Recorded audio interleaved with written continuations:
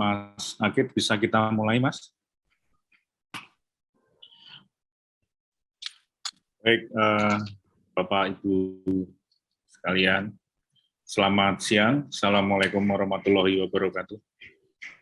Alhamdulillah pada siang hari ini kita dapat berkumpul meskipun tidak bersemuka, tetapi minimal dengan cara seperti ini kita bisa berbagi ilmu, kemudian berbagi pengalaman dalam melaksanakan penelitian-penelitian terkait dengan perlindungan sastra.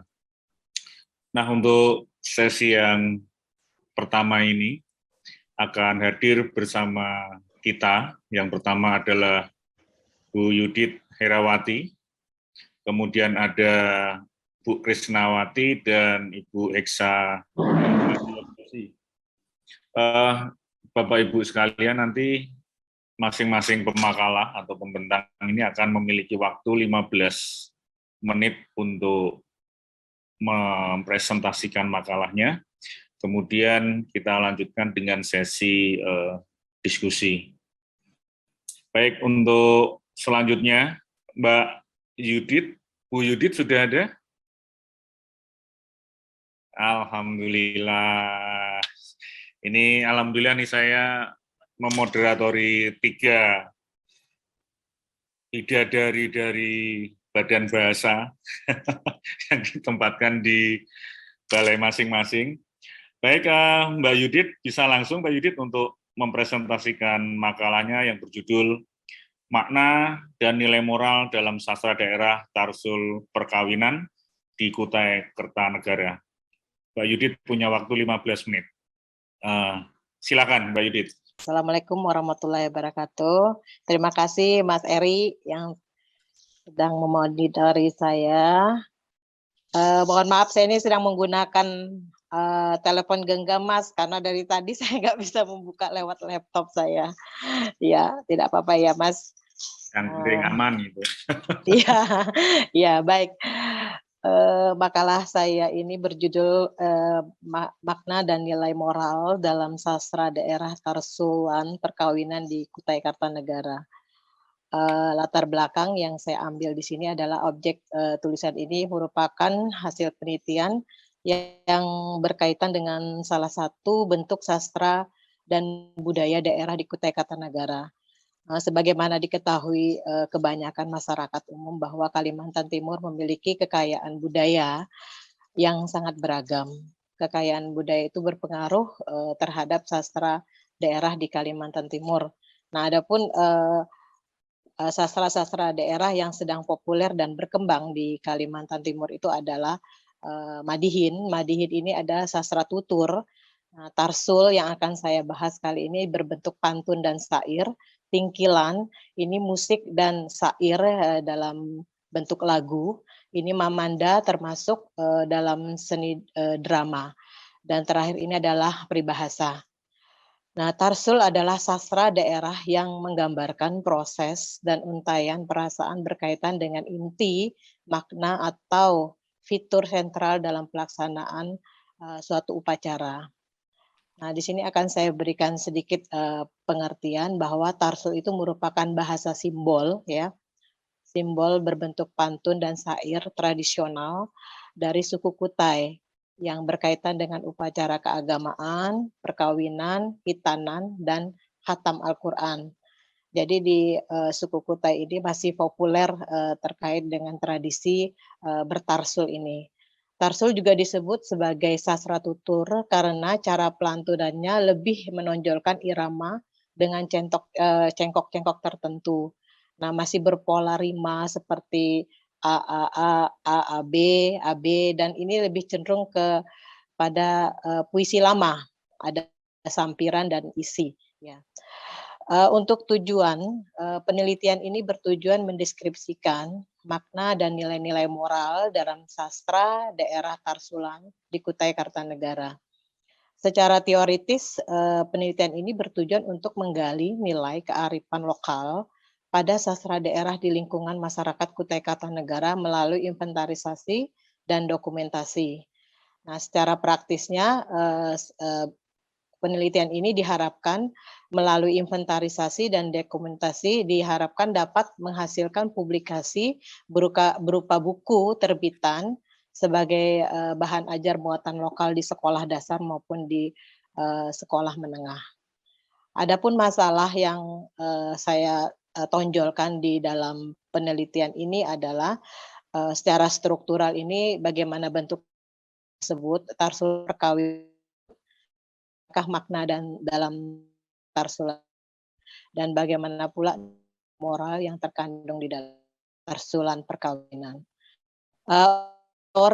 Secara teori ini digunakan berkaitan dengan ekstrinsi dengan berbagai pendapat dan pandangan ahli tentang syair puisi lama.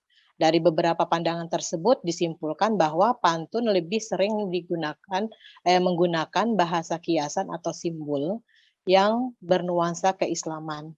Jadi untuk itu sebagai puisi lama, pantun lebih bersifat menghibur, mendidik, mengandung nilai keagamaan dan budaya, termasuk pesan-pesan moral yang ada di dalam tarsulan tersebut. Untuk metode penelitian, saya menggunakan metode kualitatif deskriptif, sedangkan teori yang digunakan adalah pendekatan struktural makna. Nah, sumber utama yang diacu di sini adalah dibagi menjadi 2 jenis, yaitu pustaka-pustaka yang diperoleh dari Dinas Pariwisata dan Kebudayaan Kabupaten Kutai Kartanegara. Terus saya juga menjelajahi wilayah Museum Mula Warman karena di Kerajaan Kutai itu ada 2 dinasti, Kerajaan Kutai masa Pralia Hindu dan Kerajaan Kutai masa Islam. Ya, jadi pengaruh besar tarsul itu ada di Kerajaan Kutai Kartanegara.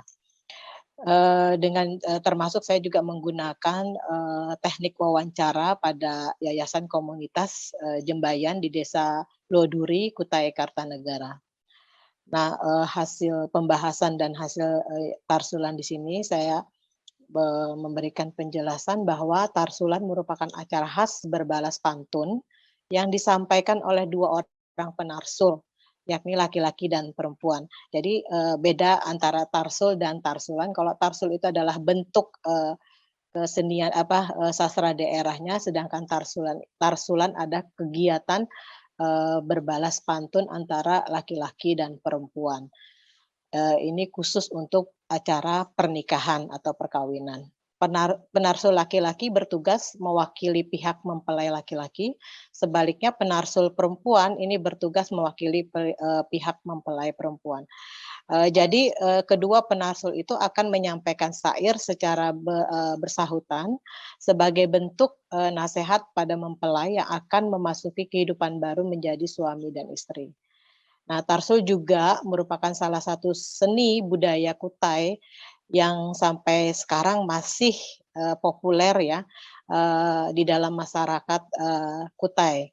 Nah, keberadaan seni tarsul sebagai sastra daerah di Kalimantan Timur diawali dengan masuknya agama Islam di Kerajaan Kutai Kartanegara pada abad 17 Masehi melalui para pedagang Gujarat. Jadi dengan masuknya Islam di Kutai Kartanegara secara otomatis seni dan budaya dari Arab pun masuk dan berkembang di daerah Kerajaan Kutai, sehingga muncullah pemikiran dari para bangsawan pada masa itu menciptakan sebuah tarsul yang dalam bentuk syair dan pantun. Nah, tarsul itu dikelompokkan menjadi 3 bagian, yaitu tarsul khatam Al-Quran, tarsul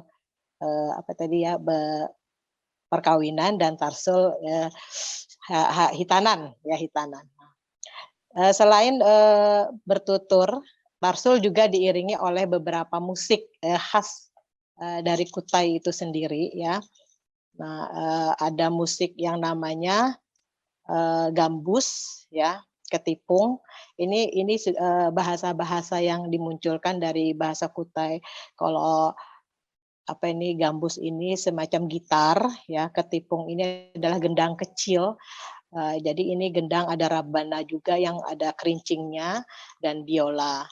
Nah, terus biasanya sebelum penarsul membacakan syair terlebih dahulu disuguhkan kesenian hadrah. Hadrah itu adalah alat musik gendang atau rabana ya.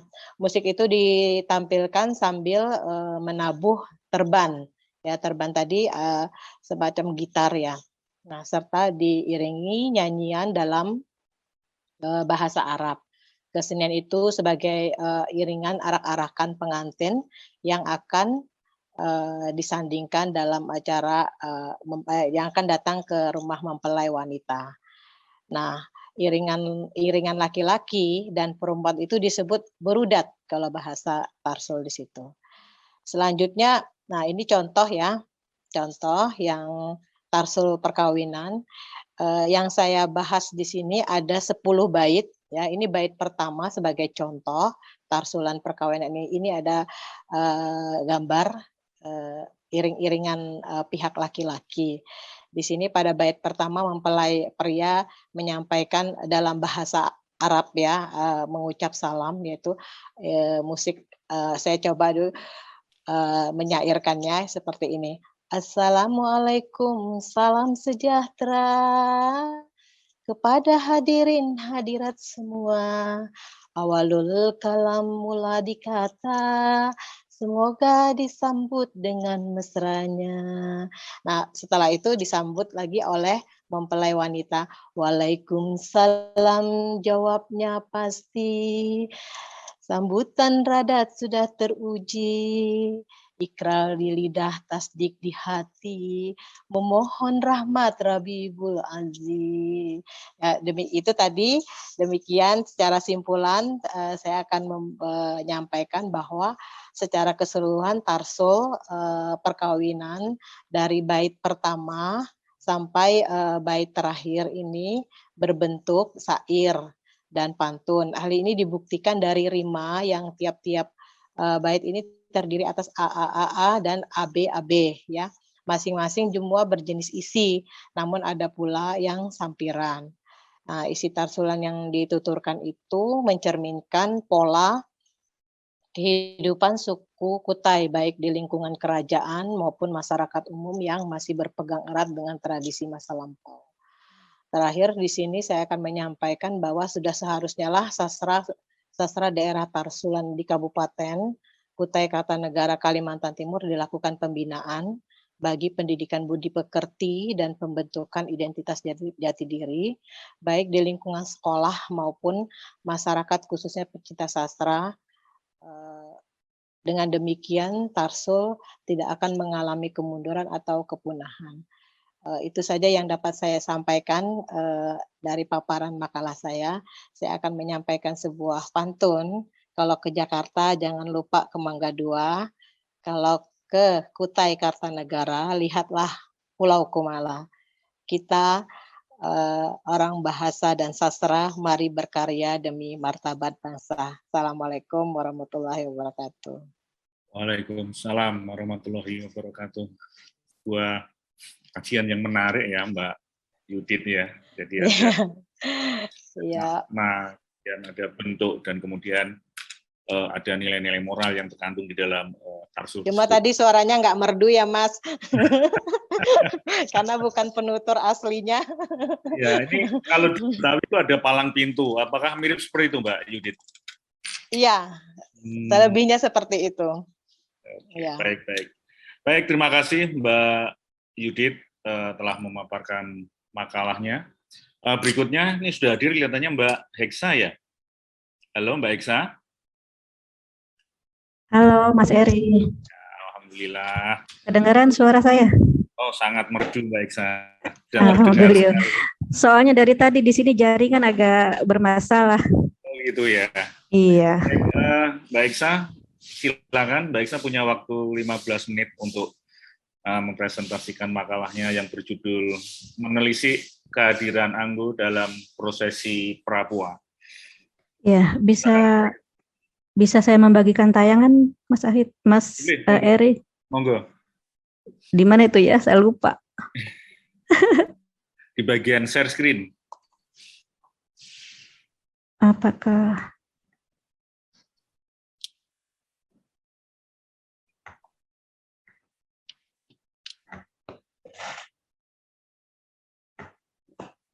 sudah kelihatan ya? Ya, sudah, alhamdulillah.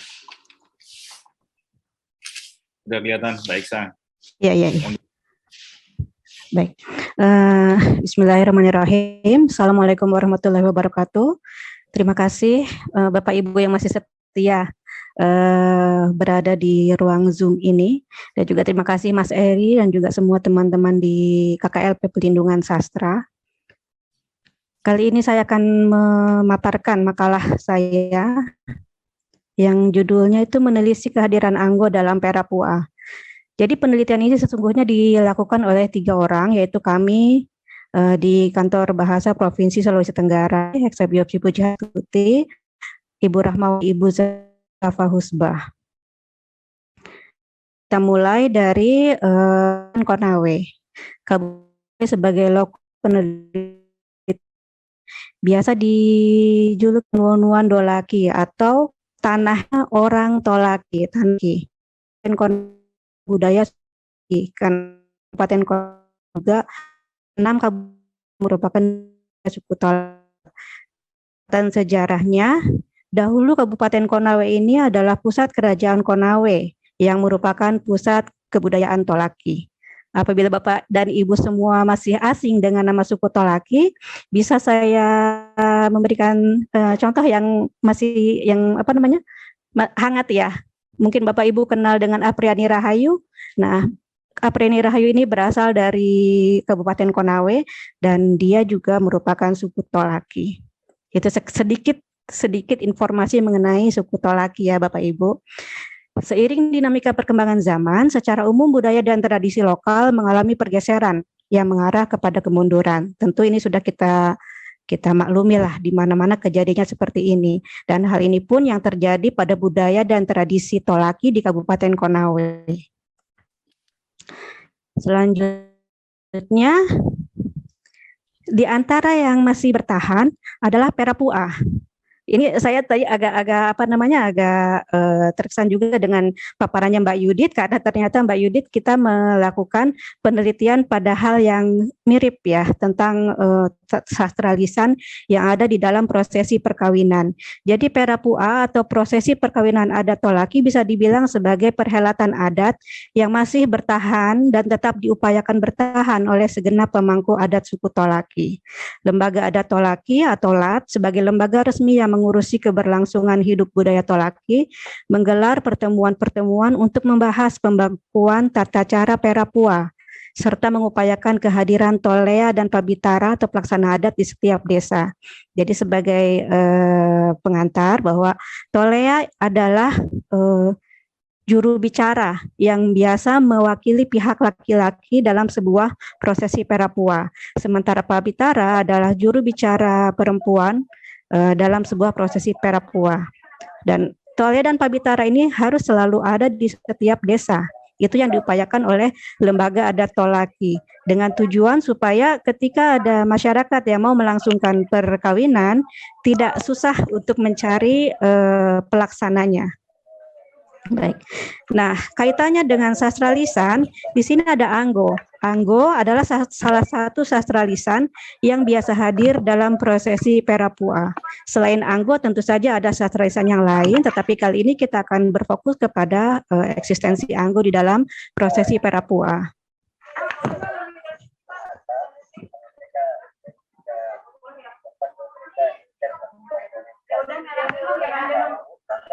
Halo Bapak Ibu, mohon di-mute.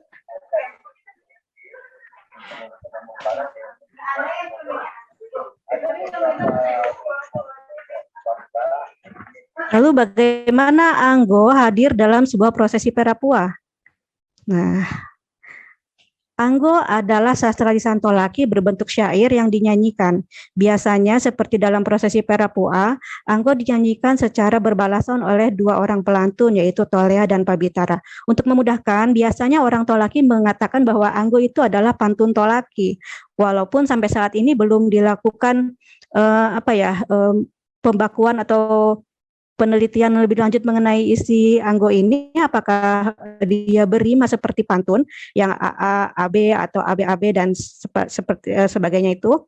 Tetapi secara umum orang tua laki biasanya mengatakan bahwa anggo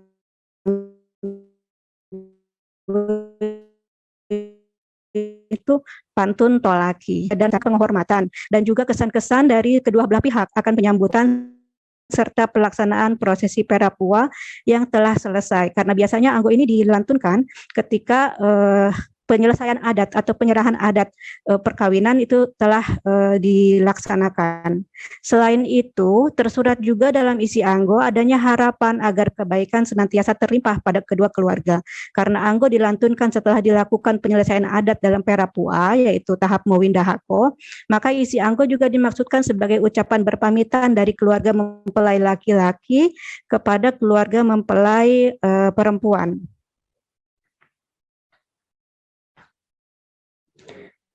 Kehadiran anggo dalam perapua itu dilantunkan pada tahap mawindahako, di mana merupakan suatu tahap di mana saat itulah mempelai laki-laki dan mempelai perempuan sah secara adat menjadi suami istri. Biasanya setelah tahap mawindahako ini dilanjutkan dengan ijab kabul secara agama.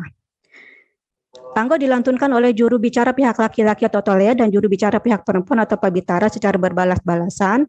Tolea dan pabitara melantunkan anggo setelah penyerahan adat mawindahako selesai, sambil menunggu saat ritual pernikahan secara agama atau ijab kabul dilakukan. Saat melantunkan anggo, tolea dan pabitara mengangkat gelas yang sudah disediakan dan tentunya secara etikanya mungkin bisa juga diminum ya. Nah, ini ada sedikit kilas balik ke masa lalu, bahwa pada masa lalu gelas untuk menemani moanggo para tolea dan pabitara ini diisi pongasi. Pongasi adalah minuman yang dibuat dari proses fermentasi beras ketan. Tolea dan pabitara biasa berbalasan anggo hingga semalaman. Ini zaman dahulu ya Bapak Ibu. Proses pembuatan pongasi untuk mawindahako biasanya dimulai ketika seorang anak perempuan lahir.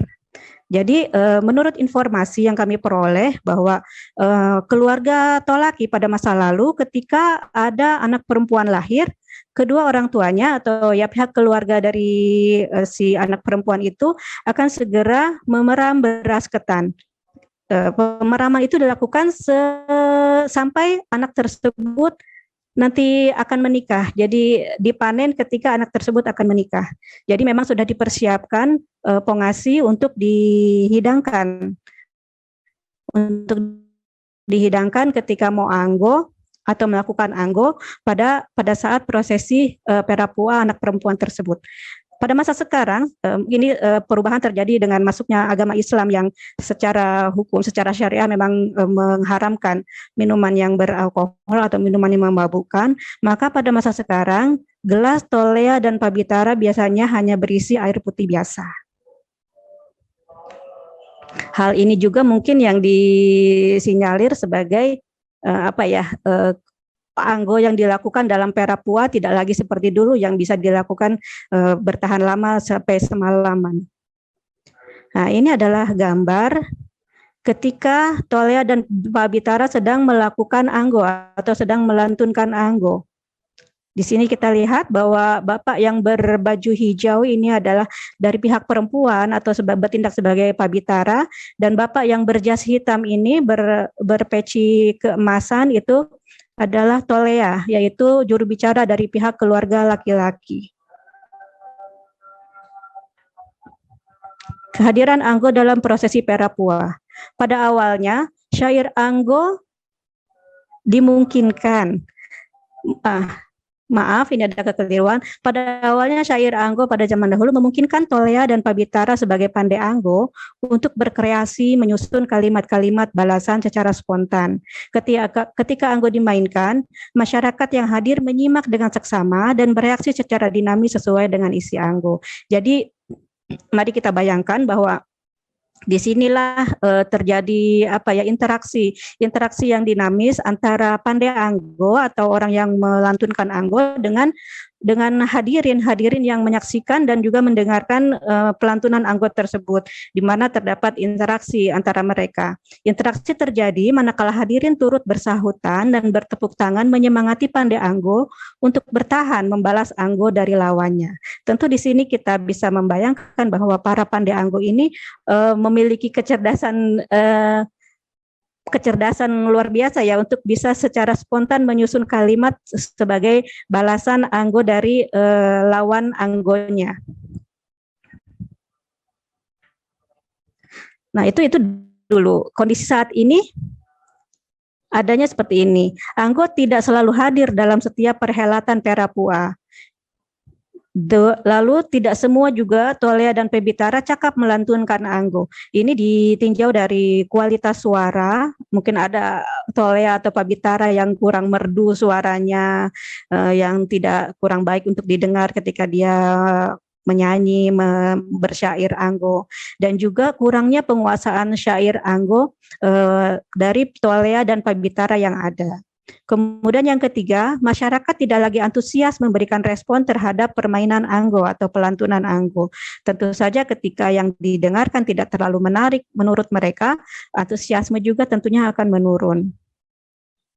Jadi ketiga aspek ini sepertinya memang saling terkait ya, saling memiliki keterkaitan satu sama lain. Ini kondisi saat ini juga dalam perjalanan penelusuran data dijumpai seorang guru di SMA Negeri 1 Sampara, yaitu Bapak Starlis, yang telah beberapa kali mempertunjukkan anggo hiburan dalam perhelatan. Anggo oleh Pak Starlis ini dimodifikasi upayanya. Apabila anggo versi Tolera dilakukan secara berbalik, maka anggo yang kan oleh Pak Sa ini dia bentukannya secara monolog atau sendirian pada lawan anggonya. Sebagai penutup simpulkan bahwa prosesi Perapua khususnya pada saat Mowinda Hako dapat berpotensi menjadi media strategis pelestarian sastra lisan anggo, mengingat pelaksanaannya masih dipertahankan dan masih sangat eksis pelaksanaan Perapua ini hingga saat ini, dan ditangani secara khusus oleh Latlat, sangat serius menangani pembakuan baik itu bahasa adatnya ataupun juga tata pelaksanaannya. LAT itu Lembaga Adat Tolaki. Perlu upaya untuk memperbaiki keadaan agar anggo kembali menjadi mata acara yang ditunggu-tunggu dalam prosesi Perapua. Ini apabila memang kita menginginkan anggo tetap lestari di masyarakatnya. Kemudian saran yang bisa disampaikan dalam makalah ini dengan melihat pada kondisi tadi yang 3 poin itu tadi. Yang pertama mungkin bisa disarankan untuk membekali Tolea dan Pebitara dengan keterampilan memainkan anggo atau melakukan anggo. Bagaimana meningkatkan kualitas suara juga, dan juga menguasai syair-syair anggo baik yang sudah ada maupun yang mungkin bisa mereka ciptakan ketika melakukan pertunjukan atau memainkan anggo ini. Kemudian yang kedua, memberi ruang untuk pertunjukan anggo dalam perhelatan Perapua, baik setelah Mowinda Hako dilakukan oleh Tolea Pebitara maupun seperti yang dilakukan oleh Pak Starlis, yaitu mempertunjukkan anggo sebagai mata acara hiburan bagi hadirin yang ada dalam prosesi Perapua tersebut. Itu saja Mas Eri. Apabila dimungkinkan mungkin saya bisa share video juga. Masih ada waktu 2 menit mungkin Mbak Eksa. Monggo. 2 menit ya.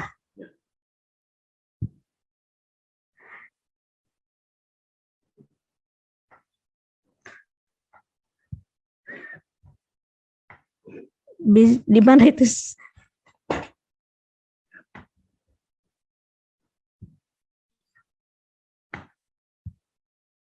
Don't save dulu.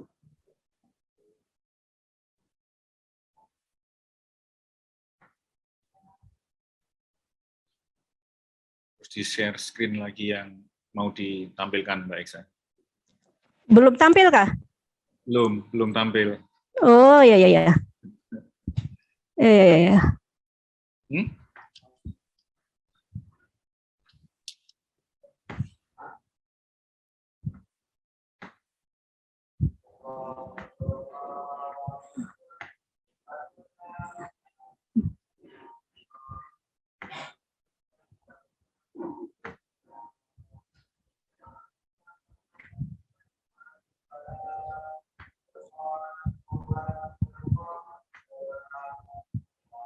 Nah, ini selesai prosesi Mawendahako. Nah, ini mulai melakukan anggo.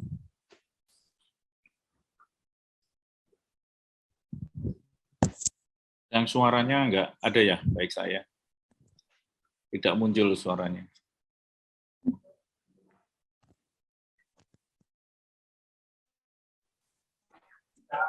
Sudah muncul, Mas Eri? Belum. Tidak ada suaranya. Di mana ya suaranya?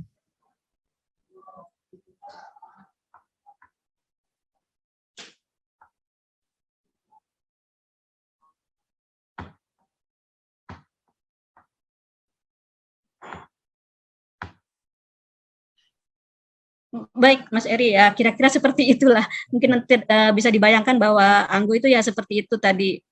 Saya kurang bisa memunculkan suaranya, tetapi bisa dijadikan ilustrasi bahwa memang setelah acara Mawindahako selesai, barulah dilantunkan anggo. Hanya memang kondisinya pada saat ini tidak semua perhelatan para pua itu menampilkan anggo, bergantung pada si pemilik hajat ya, tergantung pada yang punya hajat apakah dia menginginkan ada anggo atau tidak, karena tidak sedikit juga orang yang sepertinya aduh buang-buang waktu ini kalau misalnya kita mau menampilkan anggo ya seperti itu. Mungkin ini juga tantangan untuk kita sebagai KKLP pelindungan sastra terutama bagaimana caranya supaya kita tetap bisa sejalan, bisa berjalan antara pelestarian sastra lisan melalui media prosesi adat tanpa tanpa ada yang merasa ya harus mengorbankan kebosanannya begitu.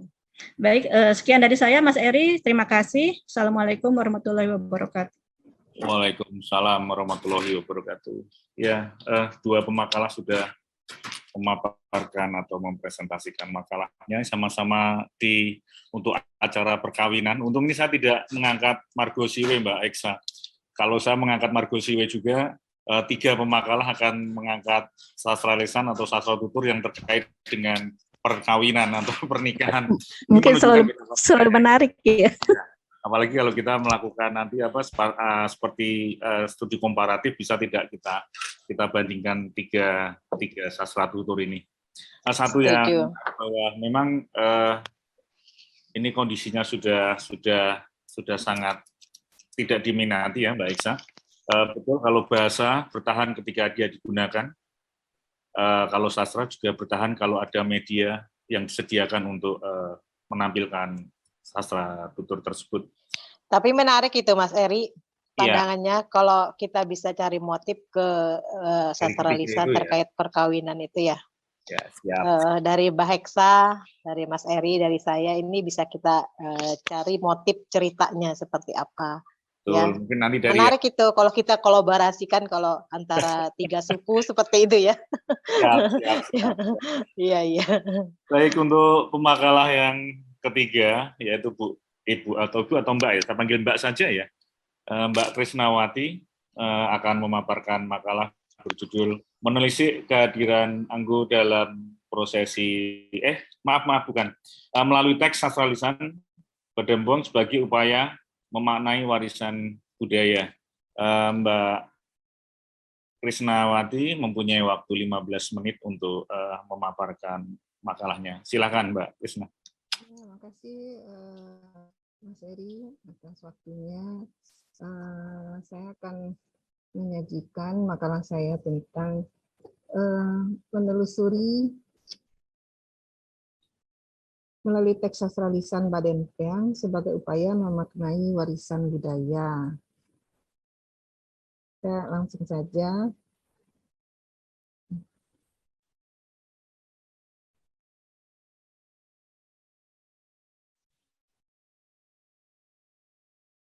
Bisa, Mas? Boleh? Bisa, monggo Mbak Krisna. Sudah muncul, Mas? Sudah muncul. Belum.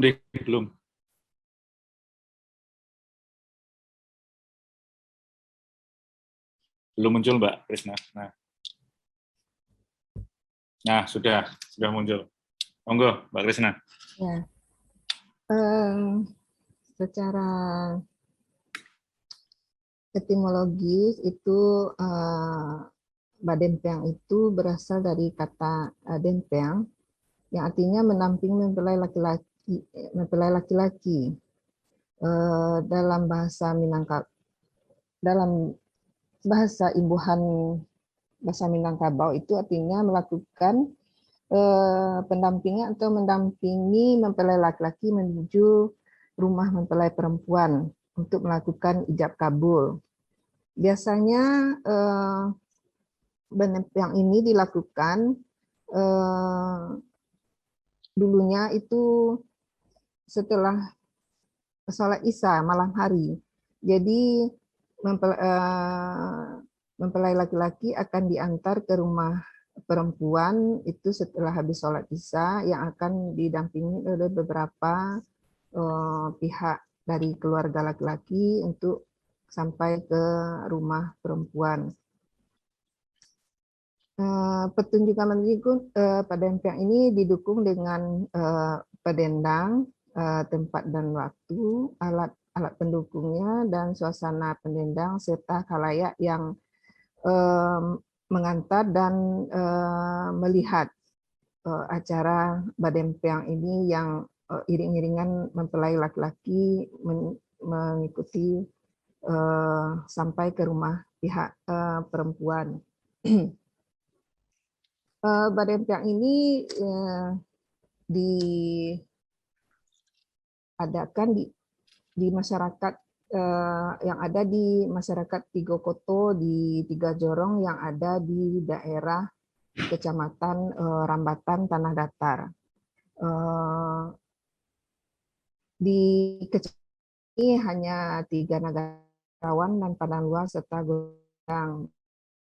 Di sini masih di masyarakat karena masih kondisi situasi daerah yang terkontaminasi dengan masa sekarang ini. Jadi perlakuan atau acara Badempeang ini selalu dilakukan ketika malam hari sehabis masyarakat melakukan pekerjaannya sehari-hari ke ladang atau ke sawah. Selanjutnya, Badempeang ini yang mengantarkan pihak laki-laki ke rumah perempuan itu harus mahir berpantun dan menguasai tata cara Badempeang serta mempunyai vokal yang tinggi dan menyuarakan irama Badempeang ini. Karena dalam hal ini selama perjalanan menuju ke rumah keluarga pihak perempuan itu Badempeang ini, pantun itu akan dilakukan secara bersaut-sautan dan akan menarik masyarakat di sekitar daerah 3 nagari itu untuk menyaksikan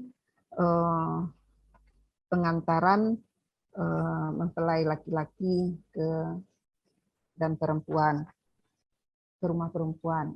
Jadi tradisi ini hanya bisa dilakukan untuk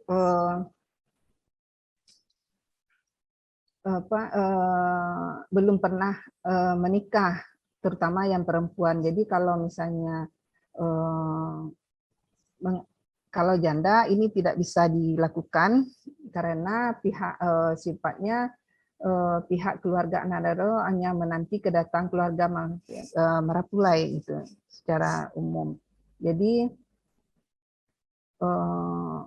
hanya karena di saat-saat seperti itu acara Badempeang berpantun-pantun sepanjang perjalanan menuju pihak perempuan itu anak muda yang masih bujang akan menyauti setiap kata-kata yang dikeluarkan oleh Badempeang itu sendiri. Selanjutnya, tempat dan waktu Badempeang ini di rumah mempelai laki saat akan berangkat ke rumah mempelai perempuan dengan yang untuk melakukan ijab kabul. Lalu beberapa orang perempuan pendendang Badempeang mendendangkan pantun dengan irama yang sedih itu untuk mengambil posisi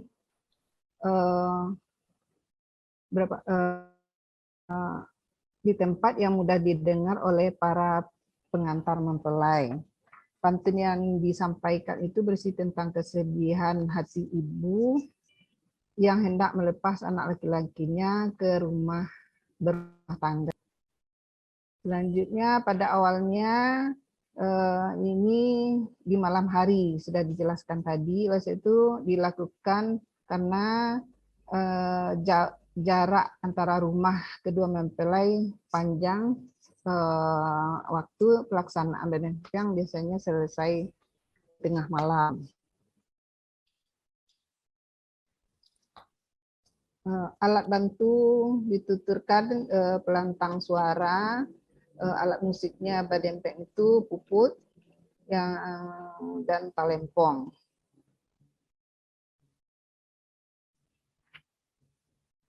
Suasana biasanya untuk empeng ini ada kesedihan karena perpisahan antara ibu dan anak laki-lakinya yang akan menikah atau pindah ke rumah keluarga istrinya. Kemudian khalayak bisa menghadiri pertunjukan sambil bersorak meneriakkan kata-kata yo badempeng di saat pantun akan dimulai.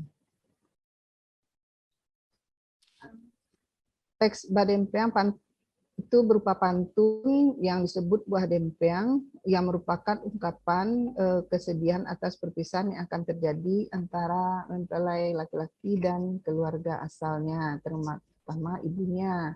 Karena setelah menikah ia akan pindah tempat tinggal ke rumah keluarga besar, di rumah keluarga besar istrinya. Jadi ada nasihat dan doa harapan terdapat dalam buah dempeng yang mengandung nilai-nilai yang bermanfaat bagi masyarakat pendukung tradisi lisan badempeng. Selanjutnya dari buah dempeng itu nilai-nilai yang ditafsirkan yang diperoleh dari buah dempeng itu untuk cara metode tertentu yang sastra dengan menggunakan penafsiran teks sastra dengan metode hermeneutik. Nilai-nilai pada buah dempeng itu ada nilai estetika, etika yang terdapat dalam nilai itu. Seorang Minangkabau ingin memulai suatu pertunjukan, ia tidak memulainya secara spontan. Ia harus memperhatikan etika yang berlaku secara dan dipatuhi bersama, yakni meminta izin kepada yang punya hajatan atau tuan rumah serta kepada hadirin. Etika yang dijaga sebagai memori kolektif tersebut dimaksudkan agar tidak ada yang tersinggung atau merasa dilecehkan atas pertunjukan yang akan diadakan, sehingga hal yang tidak diinginkan tidak terjadi. Contohnya, bantangkan lapiak sapanua rumah, kami membantang lapiak rotan, minta tabiak ke arang punya rumah, kok tasabui dinan bukan. Bentangkan tikar sepenuh rumah, kami membentang tikar rotan. Mohon maaf ke yang punya rumah jika terucap yang bukan-bukan. Selanjutnya nilai agama, yaitu ketika seorang pemuda akan melangsungkan pernikahan, ia mengingat besarnya pengorbanan seorang ibu. Oleh sebab itu, dalam buah dempeng juga diungkapkan, yaitu lurih jalan di batang kape, tampak nan di nagari lumpung, agih rila denai kamande diri nan usah di agih doso. Jadi menceritakan minta izin kepada ibunya karena dia akan pergi, dan mohon merilakan dia karena selama ini dia besar dengan ibunya dan pergi ke rumah orang lain. Nilai sosial yang bisa diambil dari buah dempeng ini adalah dalam kehidupan bermasyarakat, terutama bagi laki-laki yang menikah dan berdiam di rumah keluarga perempuan, nasihat yang harus dihadapi itu wahai anak, peganglah amanat, rajin bekerja, rajin ke sawah, jangan lupa sembahyang, tegak berdiri, jika mandi, dihilir-hilir, jika berkata di bawah-bawah, usah buyang, bersombong diri. Jadi nilai sosial itu harus mencerminkan sifat laki-laki yang mengikuti etika sosial di keluarga pihak perempuan. Selanjutnya nilai budaya yang ada di Buah Dampiang itu bagaimana keberadaan seorang laki-laki Minang di keluarga keluarga perempuan yang disebut dengan Sumando. Jadi harus mencirikan dia sebagai Sumando yang baik, bukan Sumando yang ada di dalam Sumando yang di dalam tanda kutip hal negatif sebagai seorang Sumando di Minangkabau. Sebagai penutup, Badempeang ini sudah mulai jarang dilakukan karena generasi muda sudah mulai meninggalkan hal-hal sebagai nilai-nilai yang terdapat di dalam pantun, dan satu lagi mungkin karena sudah jarangnya penggunaan mendidik anak. Biasanya pantun-pantun Dempeang ini didapat ketika anak sedang mengaji atau ada acara-acara di surau, mereka belajar, tapi karena kondisi zaman sekarang sudah banyak yang tidak melakukan kegiatan itu, jadi Badempeang ini sudah mulai tertinggal, jadi tidak mulai menarik lagi bagi pemuda-pemudi yang mempelajari Dempeang ini. Terima kasih. Assalamualaikum warahmatullahi wabarakatuh. Waalaikumsalam warahmatullahi wabarakatuh. Terima kasih Mbak Krisnawati. Dan ini menarik, Mbak Krisna pun membahas masalah perkawinan juga. Jadi untuk siang hari ini 3 pemakalah kita membahas tradisi lisan yang ada dengan unsur-unsur katanya dengan pernikahan. Baik Bapak Ibu sekalian, untuk sesi berikutnya adalah sesi diskusi. Bapak Ibu bisa memberikan masukan, memberikan pertanyaan, atau ingin menyampaikan sesuatu yang bisa membuat karya teman-teman yang presentasi hari ini menjadi lebih oke atau lebih wow.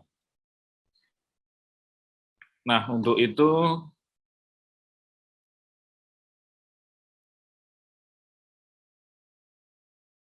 halo, saya terhubung. Ya.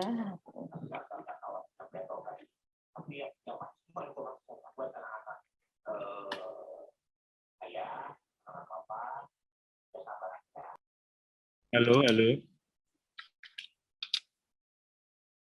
Tidak terdengar suaranya. Halo, terdengar Mbak Yudit? Halo. Terdengar. Terdengar, Mas. Sangat jelas, Mas Heri. Ya. Ya. Di saya tidak terdengar. Oke, Bapak.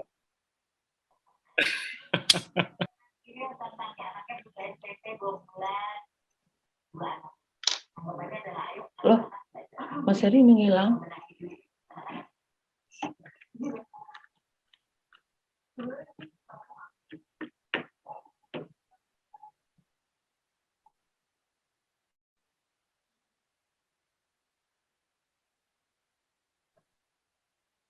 Halo, kok hilang suara? Baik, Mas Eri terlempar kah? Alah. Mas Ahid, Mas Herinya terlempar. Tolong Mas Radit.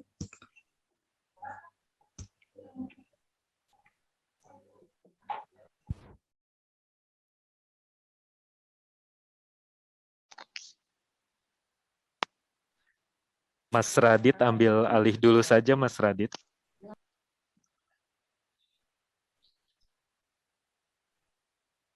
Atau langsung Mas Ahid, Mas Ahid. Oke, Bapak Ibu, saya sementara ambil alih ya. Berhubung Mas Erinya kayaknya terlempar keluar ini. Mungkin ada beberapa pertanyaan dari Bapak Ibu hasil dari presentasi ketiga makalah tadi. Maaf, Mas Sagib. Oh iya. Tanya error. Oh iya, silakan kembali lagi Mas Eri. Ya, monggo Bapak Ibu kalau ada yang mau bertanya, memberikan masukan atau saran. Ya, saya Mas Heri. Nggih. Dari siapa nggih? Saya. Dari siapa ya? Halo, Mas Heri. Halo.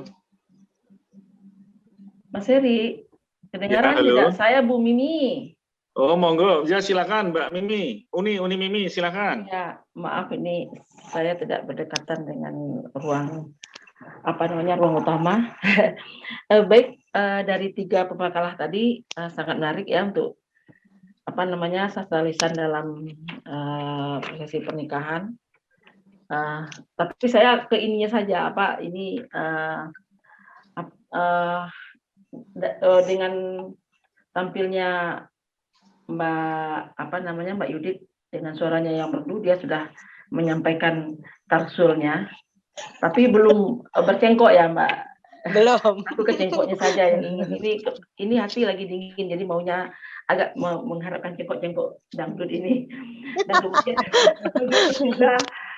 Mbak Eksa, ini kayaknya perlu kita kembali ke Kendari. Saya kembali menemani Mbak Eksa ini untuk kebertahanannya untuk Anggo ini Mbak Eksa. Kemudian ayo. Ya, mudah-mudahan karena Mbak Eksa juga suaranya tidak terdengar. Kemudian untuk Uni Krishna, saya tertarik sekali karena di pesisir ini tidak ada badan untuk Uni. Yang ini saya sangat mendambakan Uni Krishna sedikit mencontohkan pantun-pantun itu dengan irama apa itu kan tadi disebutkan bahwa diiringi dengan musik. Jadi berarti ini diadakan ketika orang Padang bilang berarak-arak dari rumah Marapulai ke rumah Dadaroyan ya. Nah, jadi kalau Uni Krishna bisa mencontohkan sedikit bagaimana bunyi-bunyi pantun itu iramanya. Karena kalau di pesisir selatan yang memang jauh dari Rambatan itu mengantarkan Marapulai itu diiringi dengan musik-musik gamat atau musik-musik talempong begitu. Gamat itu ya sama dengan ronggeng Melayu di Sumatera Utara.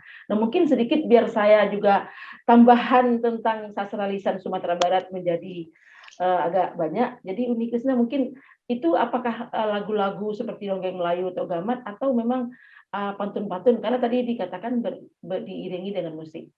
Ya, sedikit aja. Ya, karena ini baru saya dengar, benar deh. Baru dengar. Ya, terima kasih Mas Ari, hanya itu saja. Ya, terima kasih Uni Mimi. Jadi silakan ada Mbak Yudit, Mbak Eksa, Uni. Tambahan. Untuk memberi contoh melantunkan sastra lisan yang diangkat dalam persoalan atau makalah. Silakan dimulai dari siapa? Mungkin Mbak Yudit dulu ya, Mbak Yudit. Ya. Silakan Mbak Yudit. Ya Bu Mimi, terima kasih masukannya. Karena saya ini bukan penarsul ya Bu Mimi. Enggak menuntut saya, tapi sudah tadi. Jadi memang tarsul dan tarsulan yang ada di Kutai Kartanegara ini memang cengkok-cengkoknya itu khas Kutai itu. Sebetulnya tarsul ini kecenderungannya ini berbahasa daerah Kutai. Nah, ini tadi ke-10 bait yang saya analisis dan maknai ini kebanyakan bahasa Melayu dan bahasa Arab. Karena pengaruh Arab lebih besar ketika masa kerajaan Kutai Kartanegara itu masuk di kerajaan Kutai pada masa itu. Nah, sehingga dari pengaruh-pengaruh Arab itulah memunculkan seni budaya tarsul dengan tuturannya yang cengkoknya yang sangat unik. Barangkali di daerah lain juga sama ya, tapi kalau di Kutai Kartanegara sendiri memang dia selalu karena berpola rima itu jadi agak monoton ketika kita bacakan yang tidak mengerti maknanya, tapi kalau yang memahami betul tarsulan perkawinan itu pasti akan menghayati semaksimal mungkin ya cengkok-cengkok itu. Karena saya sayang sekali saya memang tidak bisa mencengkoknya Bu Mimi. Jadi intinya dia tuh sembarang gini, Assalamualaikum, salam sejahtera. Jadi pola rimanya tuh seperti itu. Jadi kepada hadirin serta semua. Ini harusnya berbahasa Kutai Bu Mimi. Gitu. Ya, seperti itu barangkali ya Mas Ado, Mas Eri dan Bu Mimi, terima kasih masukannya ya. Iya. Ya, silakan monggo Mbak Heksa. Ya, kalau saya diminta untuk melantunkan anggo, angkat tangan tinggi-tinggi. Karena ya, kalau mau menganalisis mari, karena bisa kita tanyakan artinya kepada informan ya. Ya perlu diketahui kan saya bukan bukan penutur jati bahasa Tolaki, jadi ya tidak tahu itu artinya apa. Sedangkan orang Tolaki itu sendiri ketika diminta untuk menerjemahkan syair anggo yang kami peroleh di lapangan, itu tidak semua orang bisa. Itu karena mungkin bahasa yang digunakan bukan bahasa yang umum lagi sekarang dipakai oleh masyarakat Tolaki itu sendiri. Dan mungkin juga sebagaimana Bapak Ibu ketahui dan pahami juga bahwa penggunaan bahasa daerah sekarang kan mengalami kemunduran ya. Sama juga dengan di bahasa Tolaki ini, generasi muda sudah ya mungkin hanya di pelosok yang ketika ketika penduduknya homogen. Nah, itu mungkin masih bisa diharapkan untuk kita bertanya apa ini artinya dalam bahasa Tolaki begitu. Tapi kalau untuk di kota besar yang penduduknya sudah heterogen itu udah agak sulit ya mencari orang yang bisa menerjemahkan bahasa Tolaki. Jadi mohon maaf Uni Mimi, saya tidak bisa melantunkan anggo. Sedikit aja Mbak Heksa. Cari di YouTube nanti. Sama sekali. Tampaknya Mbak Heksa iya. tuh bisa, cuma malu beliau. Tidak tahu bahasanya. Iya. Ini bahaya ini kalau saya nanti juga ini sama Uni Mimi suruh, ayo Mas Eri untuk dilantunkan. Ya itu, Bu Mimi nodong sekali. Benar penasaran. Ya. Ini mungkin Uni Krisna bisa ini ya, Uni Krisna ya. Nah, Uni Krisna bisa melantunkan sastra lisan. Mungkin satu bait atau dua bait. Satu bait, Baden. Ya. Silakan Uni. Itu didendangkan dengan memakai alat. Contohnya tuh olah tabang tuang mande inggo ilan kete sedangkan apel yang bagi yang rumahku. Ya Allah, itu iramanya, itu sedih banget tuh Mas Eri. Ya Allah, sejak kecil dibesarkan Mandena, sekarang lepaslah saya untuk berjalan. Ya Allah, oh, ternyata seperti itu. Dikira seperti orang-orang yang Melayu. Jadi dendang-dendang ya nih Krisna ya. Iya, terima kasih ya Allah. Tapi itu ke lubuk hati perginya Mas Eri. Melepas anak berjalan, minta restu orang tua ketika dia mau menikah menuju ke rumah perempuan. Kalau di Sumatera Selatan kelihatannya juga ada sastra lisan, tapi perbedaannya hanya kalau yang di Sumatera itu melepas anak perempuannya untuk ikut suaminya gitu. Juga ada perpisahan antara anak perempuan dan ibunya, kemudian dilantunkan, bahkan karena suasana yang sangat sedih dan haru akan ada tumpahan air mata di prosesi itu antara anak dan ibu itu. Kalau di Padang laki-laki ke rumah perempuan. Oh gitu ya. Uni Mimi. Ya. Sepertinya kalau dendangan Ibu Kris tadi itu tidak bisa tersenyum tuh penggantinya. Ada menangis. Iya, Uni berdiri bulu Roma itu. Dendangnya ya sedih. Ya, terima kasih Uni Krisna. Terima kasih Uni Dara. Ya, terima kasih Uni Mimi. Monggo ada lagi dari teman-teman? Tidak ada yang berani komentari kalau masalah pernikahan ya Mas. Karena sudah tidak mau menikah. Karena sudah pada menikah. Mas Heri. Enggak, Mas Heri mau 2 kali. Mungkin ada sedikit tambahan. Ada Mas Heri. Iya, monggo dari siapa ya? Mbak Devi. Oh iya, monggo Mbak Devi, monggo. Mbak Devi Kepri ya, Oh, Riau ya? cuma usul sih. Iya, cuma usul sih. Sepertinya kan apa yang ditayangkan teman-teman tadi, sepertinya di Riau kan juga punya. Kalau seandainya dibuat penelitian kemiripan dari setiap tradisi lisan itu kayaknya menarik juga sih ya Mas Heri ya. Iya, sangat menarik itu dari benang merahnya, Ya. sehingga nanti akan ketemu kekerabatannya seperti apa. Iya, kemiripannya di mana, perbedaannya di mana, terus bagaimana penyebarannya. Setuju? Betul sekali. Jadi kita lintas budaya begitu ya Mas Eri ya? Bisa. Lintas budaya dan lintas pulau. Lintas budaya itu SPPD-nya harus lama itu. Ya, Umi Bu Mimi ya, Bu Mimi, biar ke Kalimantan Timur lagi. Ini sebetulnya kerjanya saya sama Bu Mimi. Oh iya ya, aku sebagai ininya ya benar-benar. Iya. Oh iya benar ya, benar. Ada. Iya. Ya. Silakan Bapak Ibu yang lainnya. Bapak, boleh saya mungkin bertanya ini? Oke, silakan dari siapa ya? Saya Sarifudin Lubis, Bapak. Oh, ya. Saya guru SMA di Kota Binjai, Sumatera Utara. Monggo Pak Sarifudin, silakan. Ya, kebetulan guru bahasa. Pertanyaan ditujukan ke siapa? Kepada semuanya lah. Semuanya.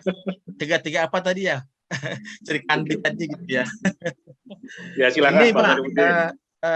Jadi ini kan saya tertarik ya. Tadi ini kan kebetulan semuanya kan tentang pernikahan apa tadi ya.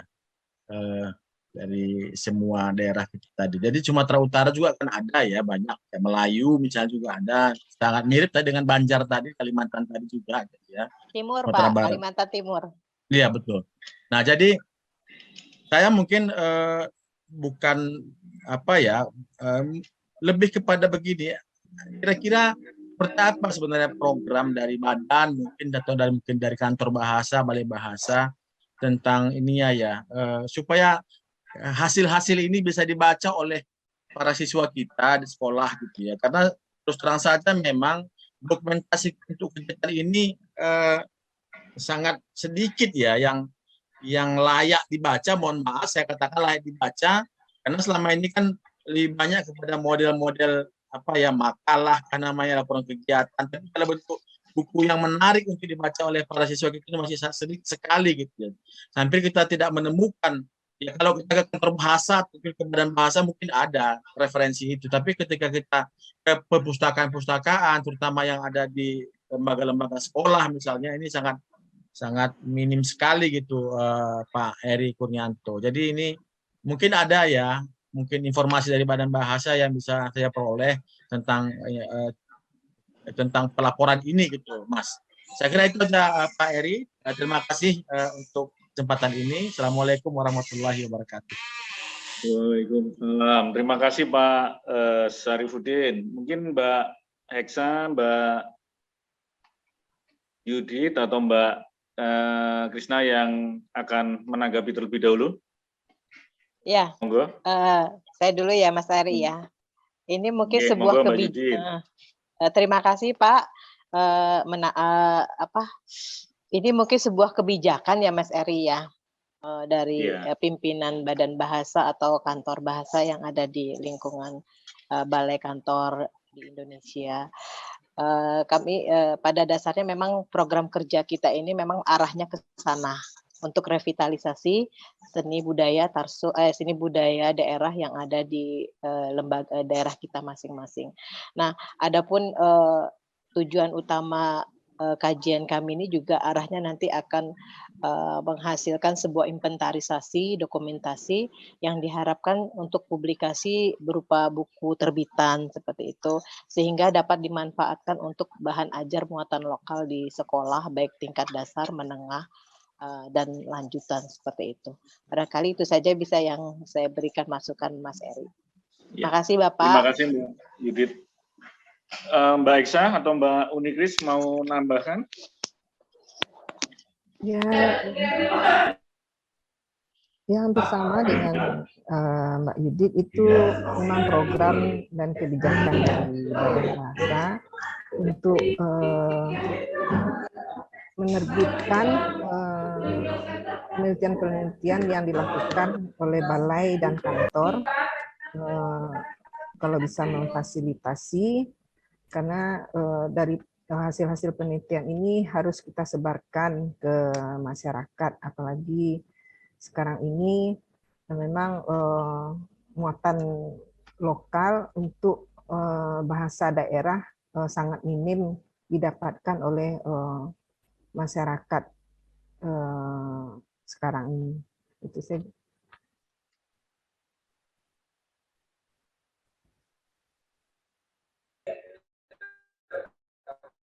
Halo, monggo. Ya, itu saja. Halo Pak Syarifuddin. Halo. Iya, Kedengaran nggak siap, suara? siap. Ya, saya. Ya, Syarifuddin, salam dari Binjai. Sebetulnya sama saja dengan tadi yang diungkapkan oleh Mbak Yudi dan juga Krisna. Sebetulnya itu bagus untuk muatan lokal di sekolah-sekolah.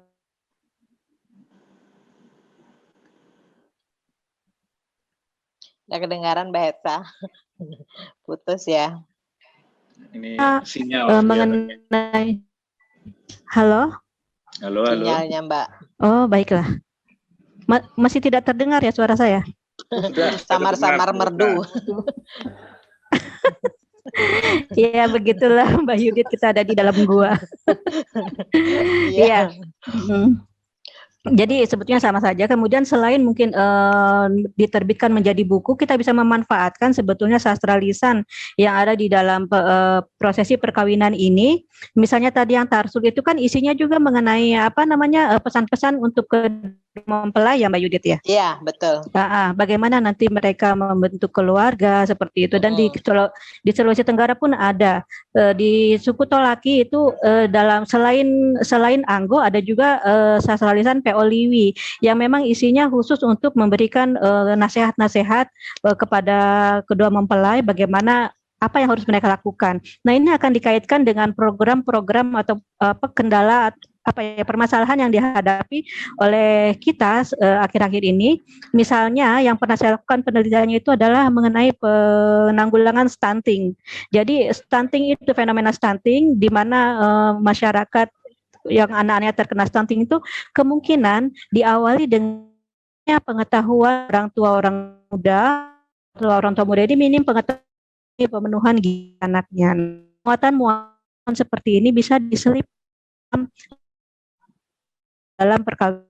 Mungkin saya menambahkan seperti saja Pak Syarifuddin, artinya pemuatan ini bukan hanya sebagai muatan lokal bagi anak-anak, jauh bisa dimanfaatkan untuk sesuatu yang lebih besar begitu. Terima kasih. Mohon maaf nih agak bising ya di sini. Ya, terima kasih Mas Eri. Begitu. Ya, terima kasih Mbak Yudit, Mbak Eksa, Mbak Uni.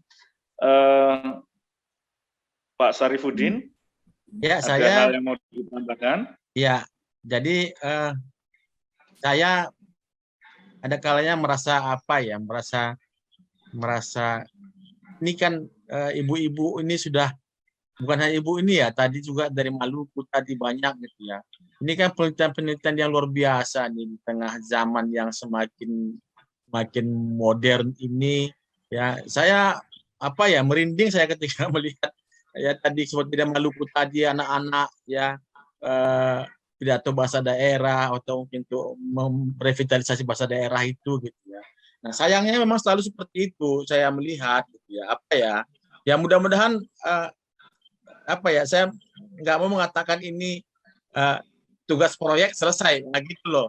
Jadi jangan nggak seperti itu gitu loh. Artinya sering sekali itu ketika kita meminta meminta anak-anak untuk mencari referensi misalnya seputar ini, ada kesulitan-kesulitan yang kami rasakan di lapangan gitu dari guru-guru. Kenapa? Memang sangat ini ya, referensinya itu lemah sekali memang ya. Jangankan dulu di sekolah ya, jangankan dulu di pusat di toko buku jangan harap kan gitu ya Pak ya, ada toko buku itu yang seperti ini hasilnya gitu ya. Nah minimal paling tidak tadi mungkin di perusahaan sekolah ada di kalau dulu kita ada program dari Kemdikbud, Dekdiknas waktu itu misalnya programnya sastra Pak Taufik Ismail dan kawan-kawan itu dulu ada buku-buku karya sastra itu di drop sekolah-sekolah banyak sekali waktu itu gitu ya. Kita berharap juga ini bisalah juga nanti bisa menjadi kebijakan-kebijakan yang sampailah di sekolah nanti hasil-hasil karya-karya dari ibu-ibu yang luar biasa ini. Hanya itu aja Pak, mungkin dari saya. Terima kasih atas penjelasan dan dari Ibu semuanya. Ya, terima kasih Pak Sarifudin, sehat selalu. Mungkin ada yang lain dari teman-teman sebelum acara ini, sesi ini kita akhiri. Terkait dengan sastra lisan yang ada hubungannya dengan pernikahan. Ya, monggo.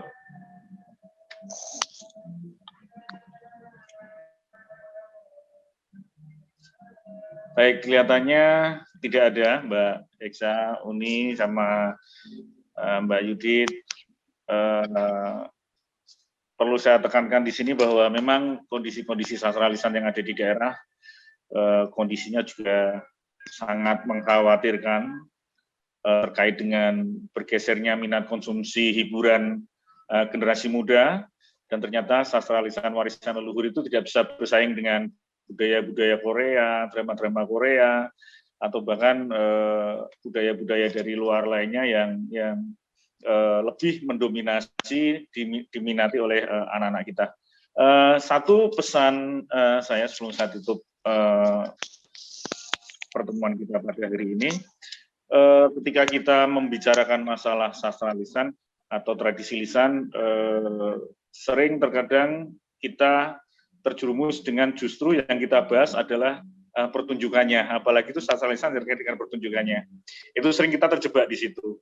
Semoga teman-teman dari balai dan kantor yang ada di seluruh Indonesia ini, fokus kita tidak pada prosesi atau pertunjukannya, tapi fokus kita adalah pada nilai-nilai sastranya, nilai-nilai estetikanya, bahkan nilai-nilai luhur yang lainnya yang terrepresentasi melalui teks atau tuturan-tuturan yang dituturkan oleh pelaku atau penjaga atau pelestari seni atau tradisi lisan tersebut. Ini yang perlu kita waspadai secara bersama. Jangan sampai kita terfokus pada prosesi-prosesi atau pertunjukannya sehingga melupakan teks atau tuturan sastranya. Mungkin itu yang bisa saya sampaikan. Terima kasih Mbak Yudit, terima kasih Mbak Heksa, terima kasih Uni Krisnawati.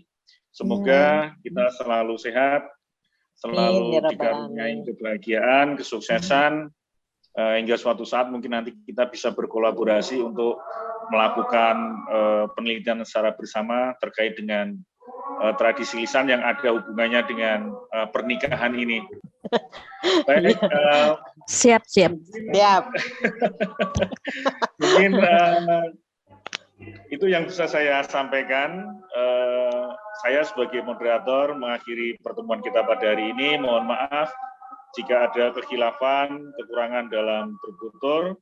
Saya akhiri pertemuan kita. Assalamualaikum warahmatullahi wabarakatuh. Waktu saya kembalikan ke Mas Akid. Waalaikumsalam warahmatullahi wabarakatuh. Waalaikumsalam warahmatullahi wabarakatuh.